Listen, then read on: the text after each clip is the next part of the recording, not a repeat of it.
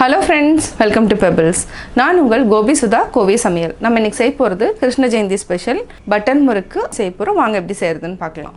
இப்போ நம்ம செய்ய போகிறது பட்டர் முறுக்கு. இதுக்கு தேவையானது 1 கப் அரிசி மாவு, அதாவது 200 கிராம் அளவுக்கு எடுத்துக்கிறோம். 25 கிராம்ஸ் அளவுக்கு நம்ம பொட்டுக்கடலை மாவு, 25 கிராம்ஸ் வந்து நம்ம கடலை மாவு எடுத்துக்கலாம்.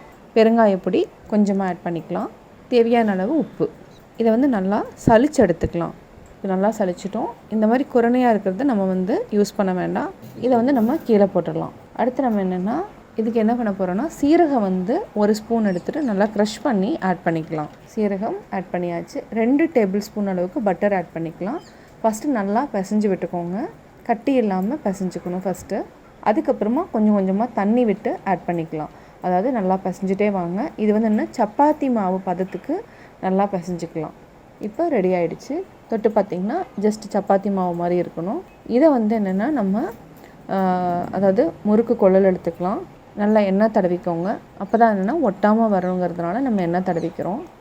ஆயில் வந்து நம்ம எல்லாத்துலேயுமே நல்லா தடவி வச்சுக்கலாம். இதுக்கு நம்ம பட்டர் முறுக்குக்கு இந்த அச்சு வந்து நம்ம யூஸ் பண்ணிக்கலாம். இப்போ கொஞ்சம் கொஞ்சமாக ஆட் பண்ணிவிட்டு இப்போ க்ளோஸ் பண்ணிக்கலாம். அவ்வளோதான், ரெடி ஆயாச்சு. இப்போ நம்ம டீப் ஃப்ரை பண்ணி எடுத்துக்கலாம். இது வந்து ரொம்ப ஈஸியாகவும் இருக்கும் உங்களுக்கு. அதாவது ஜஸ்ட்டு வந்து நம்ம சுற்றினாலே போதும். இது சிம்மில் வச்சுட்டு நம்ம ஃப்ரை பண்ணி எடுத்துக்கலாம். அது எண்ணெய் வந்து நுரை இருந்துச்சுன்னா உங்களுக்கு வந்து ரெடி ஆகலன்னு அர்த்தம். நுரை அடங்குனா நம்ம எடுத்துடலாம். அதாவது நல்லா வெந்துருச்சுன்னு அர்த்தம். இந்த மாதிரி பொன்னிறமாக வரப்படுத்தாலே போதும். இது வந்து கரெக்டான பதம். இப்போ நம்ம ஒரு டிஷ்யூ பேப்பரில் போட்டுக்கலாம். அதே மாதிரி இருக்கிற மாவு எல்லாத்தையும் நம்ம சுட்டு எடுத்துக்கலாம்.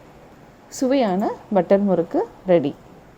கிருஷ்ண ஜெயந்தி ஸ்பெஷல் பட்டர் முறுக்கு எப்படி செஞ்சேங்கிறத பார்த்தீங்க. நீங்களும் வீட்டில் செஞ்சு பாருங்கள். செஞ்சு பார்த்துட்டு உங்களுடைய கமெண்ட்ஸ் எனக்கு சொல்லுங்கள். லைக் பண்ணுங்கள், ஷேர் பண்ணுங்கள், மறக்காமல் சப்ஸ்கிரைப் பண்ணுங்கள்.